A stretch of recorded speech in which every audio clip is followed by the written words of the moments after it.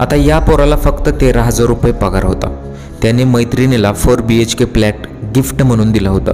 तर त्याची दुसरी अजून एक मैत्रीण होती, त्या मैत्रिणीला 35 लाखांची BMW कार त्याने गिफ्ट म्हणून दिलेली आहे। आता छत्रपती संभाजीनगरमध्ये असं काय घडलेलं आहे ते पाहूयात।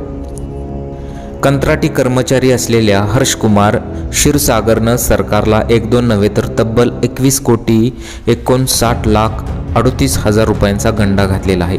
या सगळ्या घोटाळ्याचं बिंग फुटल्यानंतर ही बाब उजेडात आलेली आहे।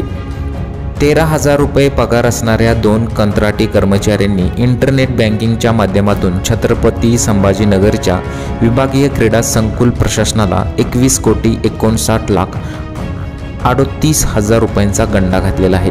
या पैशातून आरोपीने BMW कार, BMW बाईक खरेदी केल्या, तर मैत्रिणीसाठी विमानतळासमोरील अपार्टमेंटमध्ये 4 BHK फ्लॅट विकत घेतला आहे। शहरातील नामांकित ज्वेलर्समध्ये डायमंडचा चष्माही बनवायची ऑर्डर त्यांनी दिली होती। दुसऱ्या महिला कंत्राटी कर्मचाऱ्याच्या पतीने 35 लाखांची SUV कार खरेदी केली आहे, अशी धक्कादायक माहिती पोलिसांच्या प्राथमिक तपासात समोर आलेली आहे। तर यांनी नक्की घोटाळा कसा केलेला होता ते पहा। क्रीडा संकुलनासाठी शासनाकडून प्राप्त होणारा निधी जमा होण्यासाठी क्रीडा संकुलनाच्या नावाने इंडियन बँकेमध्ये खाते उघडण्यात आलं होतं। या खात्यातील व्यवहार क्रीडा उपसंचालकांच्या सहीने व धनादेशाद्वारे होते। मात्र विभागीय संकुलनातील कंत्राटी कर्मचारी असलेले आरोपी हर्षकुमार क्षीरसागर, यशोदा शेट्टी आणि तिचा नवरा BK जीवन यांनी बनावट कागदपत्रे तयार करून बँकेला दिली आणि स्वतःचा नंबर इंटरनेट बँकिंगसाठी ॲक्टिवेट करून त्यावरून ही रक्कम स्वतःच्या खात्यावर वळवली। विशेष म्हणजे विभागीय उपसंचालकांच्या 6 महिन्यानंतर हा प्रकार लक्षात आलेला आहे।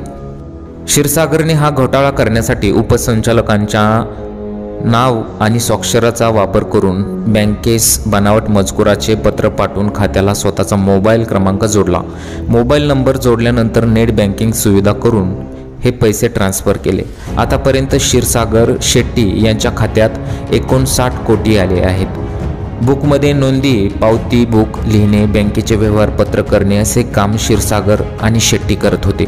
2023 पासून त्यांच्या खात्यात जवळपास 59,07,82,000 रुपयांची निधी आला होता। त्यामधून कोट्यवधी रुपये त्यांनी वळवले, अशी माहिती पोलीस उपयुक्त प्रशांत स्वामी यांनी दिली आहे। कंत्राटी कर्मचारी इतकी मोठी रक्कम स्वतःच्या खात्यात ट्रान्सफर करीत असताना क्रीडा उपसंचालक, बँकेतील अधिकारी यांना कसे काय कळाले नाही, असा प्रश्नसुद्धा निर्माण होतोय। त्याचबरोबर आयकर विभागाच्या नोटीसाही आल्या नसल्याबद्दल आश्चर्य व्यक्त होत आहे। आता यांना अटक केलेली आहे, परंतु सामान्य माणसांचा पैसा असा वाया जाऊ नये अशा कमेंट्स बरेच युजरांनी केलेले आहेत।